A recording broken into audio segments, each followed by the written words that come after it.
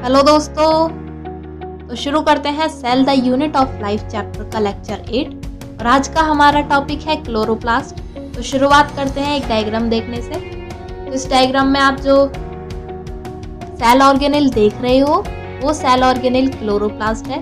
तो बच्चों, chloroplast plant cell की एक मुख्य विशेषता होती है जो केवल प्लांट सेल में ही पाई जाती है।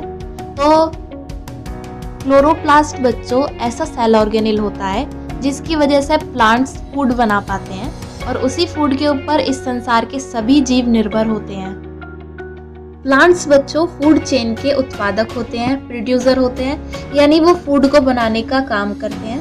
तो फूड चेन होती है कि इस संसार में एक जीव दूसरे जीव को खाता है, उस जीव को फिर कोई और जीव खाता है। तो ये फूड चेन होती है, खाद्य श्रृंखला होती है जिसकी शुरुआत उत्पादक से होती है।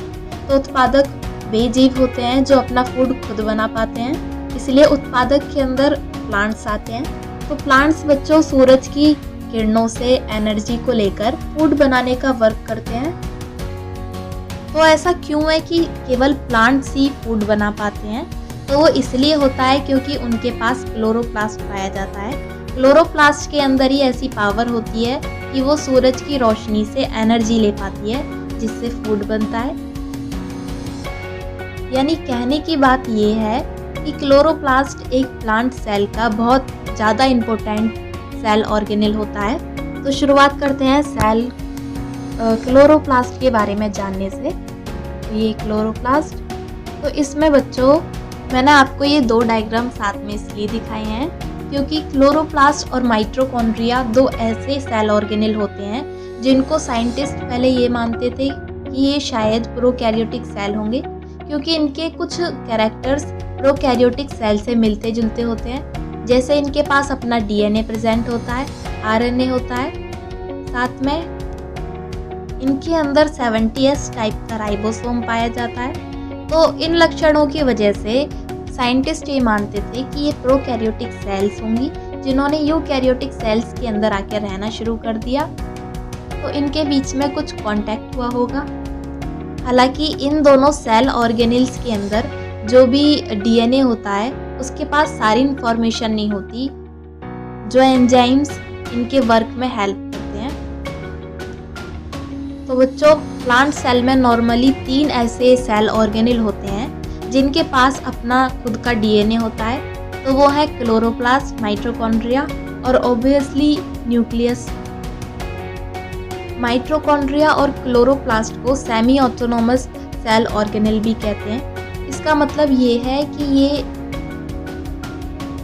आधे अपने ऊपर निर्भर रहते हैं और आधे न्यूक्लियस के ऊपर निर्भर रहते हैं उन एंजाइम्स को बनाने के लिए जो इनके वर्क में हेल्प करते हैं। यानी इनके डीएनए के पास पूरी इंफॉर्मेशन नहीं होती, इसलिए इन्हें न्यूक्लियस के डीएनए के ऊपर भी निर्भर रहना होता है। यानी पूरी सेल में जो एक फैक्ट्री की तरह वर्क करती है उसमें केवल एक ही बॉस होता है और वो बॉस होता है न्यूक्लियस या न्यूक्लियस के अंदर बैठा हुआ जीनोम या डीएनए। तो वही मेन बॉस होता है। तो एक डायग्राम देखते हैं क्लोरोप्लास्ट का। तो ये है बच्चों क्लोरोप्लास्ट। क्लोरोप्लास्ट डबल मेम्ब्रेन से घिरा हुआ होता है।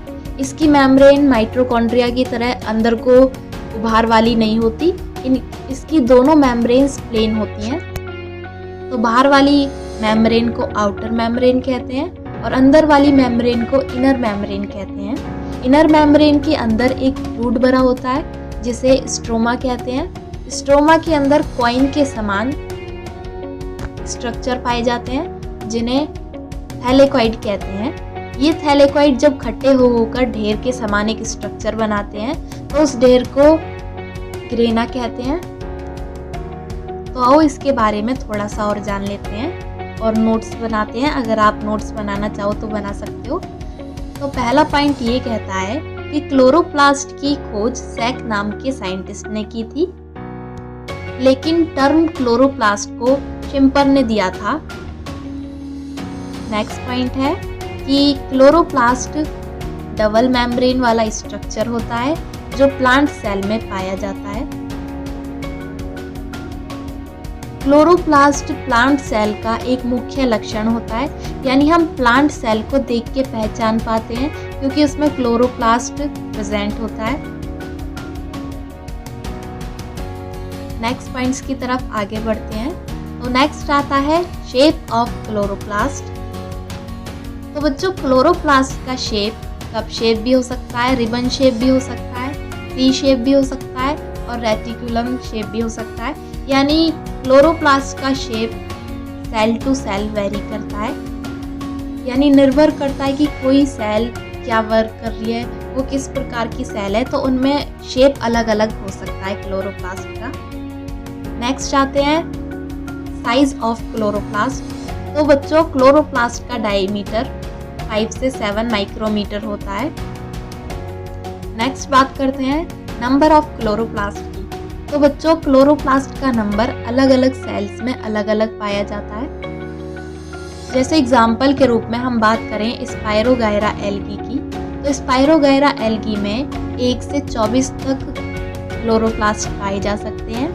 और अगर हम बात करें कि एक नॉर्मल लीफ सेल की, तो पत्तों पे जो सेल्स होती हैं उनमें 20 से 40 क्लोरोप्लास्ट पाए जा सकते हैं। तो बच्चों, पत्तों पे पाए जाने वाले ये क्लोरोप्लास्ट फोटोसिंथेसिस की क्रिया में फूड बनाने का वर्क करते हैं।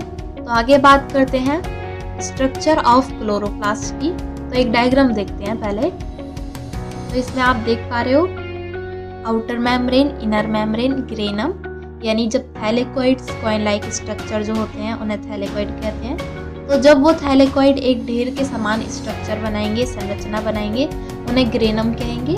और क्लोरोप्लास्ट के अंदर जो तरल पदार्थ भरा होता है उसे स्ट्रोमा कहते हैं। एक और डायग्राम देखते हैं। ज़्यादा डायग्राम देखेंगे तो आपको ज़्यादा समझ में आएगा। तो आगे बढ़ते हैं अपने नेक्स्ट पॉइंट्स की तरफ। तो नेक्स्ट पॉइंट ये कहता है कि क्लोरोप्लास्ट एक डबल मेम्ब्रेन वाला स्ट्रक्चर होता है। अंदर की जो मेम्ब्रेन होती है वो कम परमेबल होती है। नेक्स्ट पॉइंट है कि इनर मेम्ब्रेन के अंदर एक तरल पदार्थ भरा होता है। उस तरल पदार्थ को स्ट्रोमा कहते हैं। स्ट्रोमा के अंदर कॉइन लाइक स्ट्रक्चर पाए जाते हैं जिन्हें थैलेकोइड कहते हैं। जब ये थैलेकोइड फ्लर के समान स्ट्रक्चर बनाएंगे तो उसे ग्रेना कहेंगे। नेक्स्ट पॉइंट के ऊपर आते हैं। तो बच्चों, स्ट्रोमा जो होता है यानी अंदर जो तरल पदार्थ भरा है, तो उसमें एक झिल्ली के समान स्ट्रक्चर पाए जाते हैं। ये स्ट्रक्चर थैलेकोइड ग्रेना यानी थैलेकोइड के जो ढेर लगे हुए थे उनको आपस में जोड़ने का वर्क करते हैं, इसलिए इन्हें स्ट्रोमा लैमेली या इंटरग्रेनल थैलेकोइड कहते हैं। तो बच्चों, एक जो ग्रेना होता है यानी एक जो ढेर है उसमें 2 से 110 थैलेकोइड तक प्रेजेंट हो सकते हैं। साथ में क्लोरोप्लास्ट के अंदर 70S टाइप का अपना राइबोसोम भी पाया जाता है। नेक्स्ट पॉइंट है कि क्लोरोप्लास्ट के अंदर उसका अपना डीएनए होता है जिसे cpDNA कहते हैं, लेकिन इसके पास भी पूरी इंफॉर्मेशन नहीं होती है। इसे भी फोटोसिंथेसिस के लिए जो भी एंजाइम्स की ज़रूरत पड़ती है उनके लिए इसे मेन डीएनए पर यानी न्यूक्लियस के डीएनए पर निर्भर रहना पड़ता है। तो एक डायग्राम देखते हैं। तो बच्चों, ये डायग्राम कहता है कि प्लांट सेल में से जब हम क्लोरोप्लास्ट को निकालेंगे तो उसमें ग्रेनम मिलेंगे यानी थैलेकोइड के ढेर मिलेंगे। उस थैलेकोइड के ढेर में से जब हम एक थैलेकोइड निकालेंगे तो उस थैलेकोइड पर ही निर्भर होती है फोटोसिंथेसिस की क्रिया। यानी एक क्लोरोप्लास्ट के अंदर सबसे महत्वपूर्ण पार्ट जो होता है वो एक थैलेकोइड होता है। यही सूरज की रोशनी से एनर्जी को लेकर फूड बनाने में हेल्प करता है। तो आगे बात करते हैं फंक्शंस ऑफ क्लोरोप्लास्ट की। तो एक डायग्राम देख लेते हैं पहले। तो ये डायग्राम प्रदर्शित करता है बच्चों एक लीफ को जब हमने माइक्रोस्कोप से देखा तो वहाँ पे सेल्स दिखाई दी।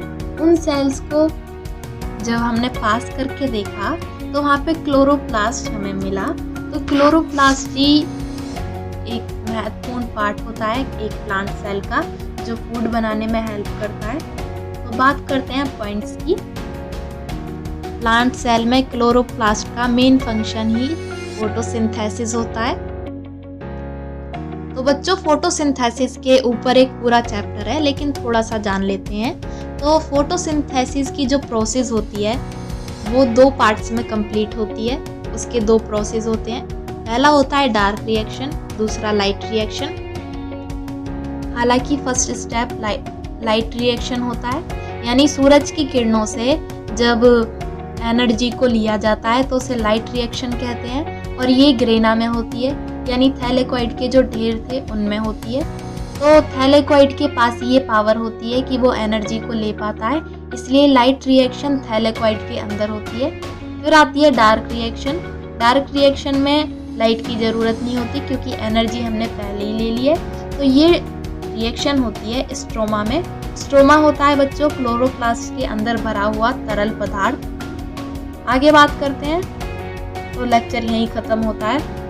उम्मीद है आपको लेक्चर पसंद आया होगा। प्लीज़ मेरे वीडियो पर लाइक करना, शेयर करना, कमेंट करना और साथ में मेरे चैनल को सब्सक्राइब कर देना। Thank you so much. Bye bye.